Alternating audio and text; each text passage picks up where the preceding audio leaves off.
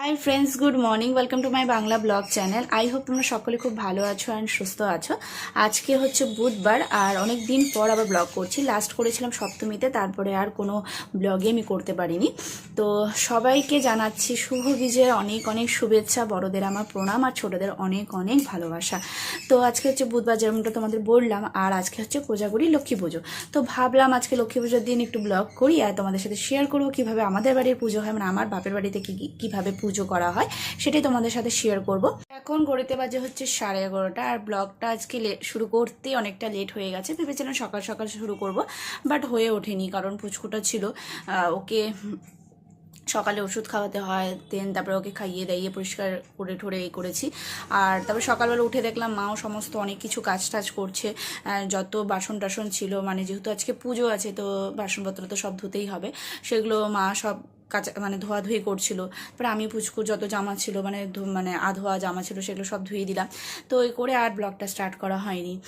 তো মাকে বললাম তুমি একটু রেস্ট করো, পুচকুর সাথে থাকো, আমি একটু খাবার দাবার বানিয়ে নিই, কারণ মা অনেকক্ষণ ধরে কাজ করছে, সেই সকাল থেকে ঘরও মুছেছে, ঠাকুরের বাসন টাসন যত ছিল যেটা বললাম সেটা সবই মাজা ঘষা করেছে।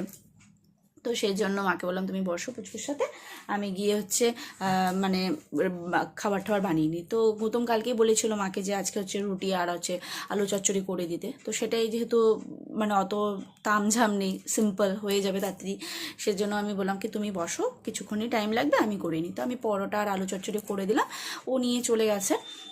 তো মাও গেল বাজারে, ওর সাথেই মা গেল বাজারে ওই সবজি, আজকে যে মানে ভোগের সবজি যেটা লাগবে তরকারি, সেটা আনতে গেছে সবজি। বাকি সমস্ত কিছু আমাদের হয়ে গেছে, যেহেতু পুজো আমাদের অনেকটাই রাতে, আর লাগবেই হচ্ছে 7:45 না 8টা এরকম কিছু একটা লাগবে, পূর্ণিমা আমার ঠিক এই মুহূর্তে মনে পড়ছে না, কিন্তু জানি আমার 11টা থেকে 11:30 আমাদের বাড়িতে পুজো। আর আমাদের কি প্রত্যেকবারই আমাদের হচ্ছে পুজো ওই রাতের দিকেই হয়। আর অ্যাকচুয়ালি কোজাগরি লক্ষ্মী পুজো মানেই তো একটু সন্ধে সন্ধে একটু রাতের দিকে হবে, তাহলে তো ভালো লাগে। তো হচ্ছে আর কালকে ছেড়ে যাবে 5:30 নাগাদ এরকম ছেড়ে যাবে পূর্ণিমা। তো হচ্ছে সমস্ত কিছু আমাদের হয়ে গেছে আগের দিন, মানে সোমবার দিন আমি আর গৌতম মিলে যত দশকর্মার যত জিনিস ছিল সমস্ত কিছু নিয়ে এসেছি। আর কালকে হচ্ছে আমি আর মা গিয়ে যত ভোগের যেগুলো লাগবে সমস্ত কিছু, চাল ডাল তেল যা যা লাগবে সমস্ত নিয়ে এসে, শুধু সে সবজিটা আনা হয়নি। আর গৌতম আসার সময় ফল বাজারও করে নিয়ে এসছে, শুধু খালি সবজিটা মা বলেছে সকাল সকাল গিয়ে আমি নিয়ে আসবো। তো গৌতমের সাথে মা বেরিয়ে গেছে, গৌতম মাকে নামিয়ে দিয়ে বাজারে এখানে নামিয়ে দিয়ে ও চলে যাবে। তো মাও বাজার টাজার করে এখনও আসেনি, আসবে।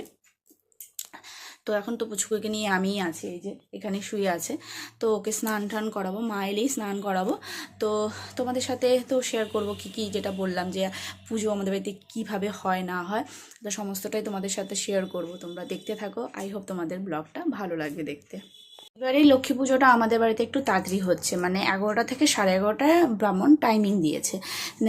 না হলে তো প্রত্যেক বছরই আমাদের বাড়িতে মানে ওই রাত্রি 1টা 1:30 2টা নাগাদ এরকম পুজো হয়, মানে একদম যেরকম কালী পূজা যেরকম ভোর রাতে হয় সেরকম আমাদের বাড়িতে লক্ষ্মী পুজোটা হতো।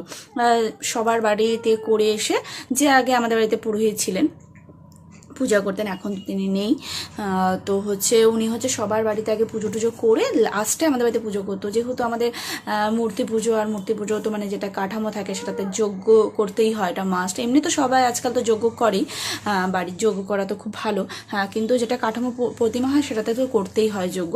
তো সেই জন্য যজ্ঞ করতে তো একটু সময় সাপেক্ষ, সেই জন্য সবার বাড়িতে করে টোরে আমাদের বাড়িতে লাস্ট জেঠু আমাদের বাড়িতে পুজো করে তারপরে বাড়ি যেত। তো আমাদের ওই লক্ষ্মী পূজা তো ওই 1:30 2টা 3টা হয়েই যেত, ঘুমোতে ঘুমোতে 3:30 এরকম হয়ে যেত, পুজো শেষ টেষ করে সমস্ত কিছু করে। তো এবারই একটু মানে এই 11টা 11:30 বলেছে, এখন তো ব্রাহ্মণ বলেছে, যেহেতু লক্ষ্মী পুজো সবার বাড়ি বাড়িতে পুজো হয়, এখন উনি কতটা পুজো নিয়েছে না নিয়েছে কিছুই জানি না, তো বলেছে 11টা নাগাদ চলে আসবে। তো মোটামুটি আশা করছি যে 11টার মধ্যে আমাদের সমস্ত কিছু ওকে হয়ে যাবে। আর মানে বুঝতে পারছি না যে আজকে মাকে কতটা আমি হেল্প করতে পারবো। জন্মাষ্টমীর দিন দেখেছো যে পাশের বাড়ি কাকিমা এসে প্রচুর হেল্প করেছে মাকে, আর আমিও টুকিটাকি করেছি। আর এই পুচকু যেটা খুব ছোট না, ও কারোর কাছে থাকতে চায় না, যেটা তোমরা জানো। তো দেখা যাক আজকে কতটা ও মানে ও সাথ দেয় আর আমি কতটা মাকে হেল্প করতে পারি। তো উপোস তো আছি, আর মাও আছে উপোস। এখানে সবজি বাজার সব নিয়ে এসছে, এটাকে যে কি বলে ঠিক আমি জানি না, মিষ্টি কুমড়া, এখানে একটা লাউ আছে, লাউ তো লাগবে না, সেটাই করলা, মানে সব কিছুই সবজি একবারে নিয়ে আসছে, হয়তো নারকেল, আরও অনেক কিছু সবজি টবজি নিয়ে আসছে। এই পাশে সব ঠাকুরের জিনিসপত্র আছে, এগুলো এই যে এগুলো সব। আমার বেটুরও স্নান টান কমপ্লিট, একটা নতুন ড্রেস পরে একদম রেডি। বাবু পাপা হাই করে দাও তো। স্নান করা হয়ে গেছে আর আমি ঠাকুর ঘরে চলে আসি, পুজো দেওয়া কমপ্লিট। এই যে দেখো আরেকজন চলে আসছে কাজের মধ্যে ব্যাঘাত ঘটাতে।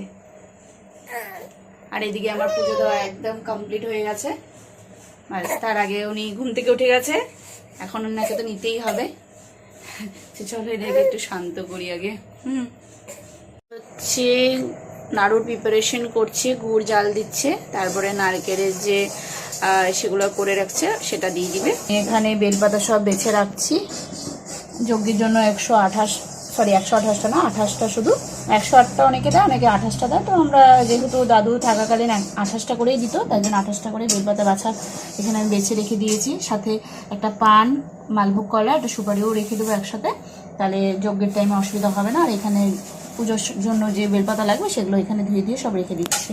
আর এখানে আমি আতপ চাল ভিজিয়ে দিয়েছি নৈবেদ্যের জন্য। যদি আলপনা করি তাহলে আলপনার জন্য, আলপনা তো করতেই হবে, যদি চালের আলপনা করি তার জন্য ওটা হয়ে যাবে। তো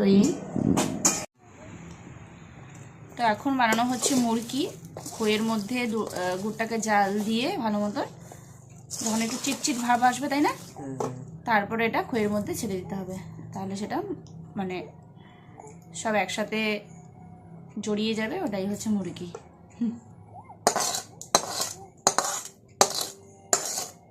আর এটা ভালো খইয়ের মধ্যে ভালো করে মিক্স করতে হবে গুড়টাকে।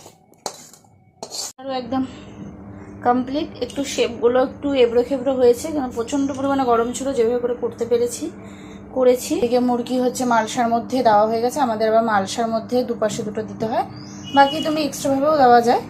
মালসার মধ্যে বাড়াও হয়ে গেছে। আর এদিকে নারকেলের নাড়ু ছোট ছোট করে করব, কিন্তু ওই যে খুব কান্না করছে আর করতেই পারছি না।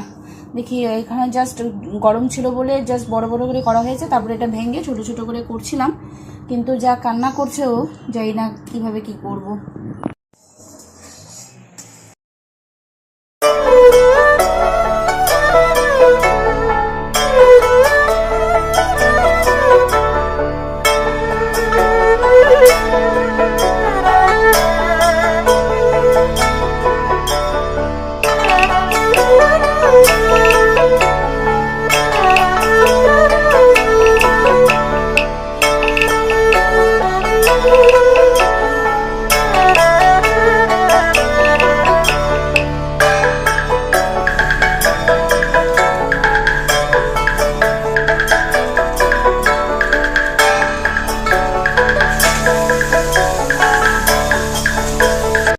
একদম রেডি হয়ে গেছে। আর ওদিকে মাও ঠাকুর নিয়ে চলে এসছে, যেহেতু আমাদের পাশেই ঠাকুর বানায়, তো ঠাকুর এখনই দিয়ে গেল।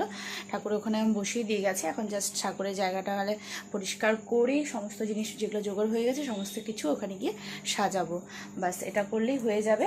আর মোটামুটি সমস্ত কিছু হয়ে গেছে। ওখানে খিচুড়ি হয়ে গেছে অলরেডি। আর এখন লাস্ট হচ্ছে মানে পাঁচমেশালি তরকারি হচ্ছে, সেটা অলমোস্ট শেষের পথে। এটা হয়ে গেলে ব্যাস সমস্তটা হয়ে যাবে। শুধু খালি ফল বানাতে হবে, নৈবেদ্য সাজাতে হবে, ব্যাস তাহলেই হয়ে যায়। আর কিন্তু চেষ্টা করছে যাতে 11টার আগে যাতে সব কিছু কমপ্লিট করে দিতে পারি, কারণ পুচকুর জন্য অনেকটাই লেট হয়ে গেছে, কিছুই করতে পারছিলাম না। ও প্রচণ্ড পরিমাণে আজকেও সেম ওরকম কান্না করছে, থাকছেই না।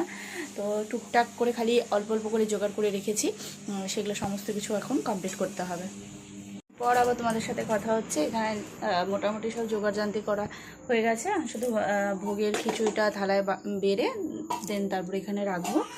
আর এখানে হচ্ছে কুলো সাজানো হয়ে গেছে, মোটামুটি সমস্ত কিছু হয়ে গেছে। আলপনা অল্প ছোট করে আলপনা দিয়ে দিয়েছি। এটা হচ্ছে আমাদের বাড়ির মা লক্ষ্মী।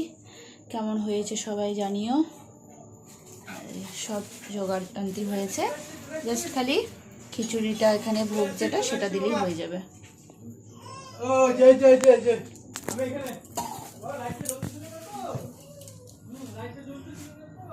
এখন ঘড়িতে বাজে হচ্ছে 11:30। তো ব্রাহ্মণ বলেছিল 11টায় আসবে, তো এখন 11:30, এক সেকেন্ড, 11:30 না 11:15 বাজতে চললো, এখনও ব্রাহ্মণের কোনো পাত্তা নেই। আর আমাদের সমস্ত মানে প্রিপারেশন একদম ডান। ভাবছিলাম যে হয়তো হবে না, কারণ লাস্টের দিকে অনেকটা কাজ পেন্ডিং ছিল। ওখানে আলপনা করা, ওখানে গোছানো, সমস্তটাই বাকি ছিল। ফল বানানো, নৈবেদ্য সাজানো, সমস্তটাই। তো ভেবেছিলাম হয়তো টাইমের মধ্যে কুলাতে পারবো না, বাট টাইমের মধ্যে সমস্তটা হয়েও গেছে। আর গৌতম চলে এসে বাবুকে একটু ধরলো, মানে বাবুকে একটু না, অনেকটাই ও করেছে। তারপরে ওকে আবার খাইয়ে দাইয়ে এখন ঘুম পাড়ালাম। ভাবলাম ব্রাহ্মণ চলে আসবে, ব্রাহ্মণের সাথে অতটুকু পুজোর যোগাযান্তি যেটা দরকার সেটা ব্রাহ্মণ করতে থাকবে, আর আমি ততক্ষণ বাবুকে খাইয়ে দাইয়ে ঘুম পাড়াবো। তো আমার এখানে বাবুকে ঘুম পাড়ানো হয়ে গেছে, বাবু অলরেডি ঘুমিয়েও পড়েছে, কিন্তু ঠাকুরমশাই এখনও কোনো পাত্তা নেই। এখন বাজে 11:15 মতন। এখন কখন আসবে ঠিক বলতে পারছি না, কারণ 11টায় টাইম বলেছিল, 11:30 হয়, সেখানে 11:15।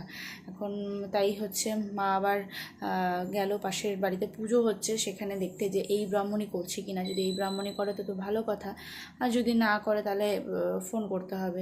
এটাই হলো কথা। এখন আর ভালো লাগছে না, শরীরটা মানে আর দিচ্ছে না, যেহেতু বাবু ঘুমাচ্ছে, কখন উঠে যাবে আর কখন কান্না শুরু করে দেবে, মানে কি বলবো আর। তো যাই হোক, ভালোই ভালো এখন ঠাকুর ভালোই ভালো তাড়াতাড়ি পুজোটা হয়ে যাক, ব্যাস তাহলেই শান্তি।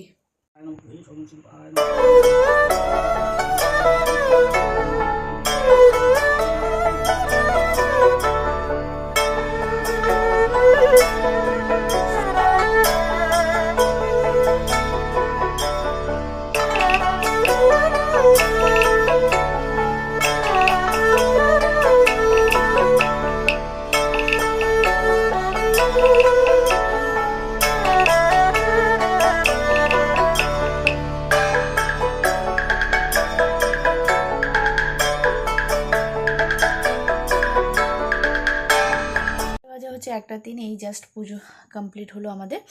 তো আমি পুজো শেষ হয়ে গেছে, দেন আমি গিয়ে ফ্রেশ হয়ে গেছি, মানে শাড়িটা চেঞ্জ করেছি।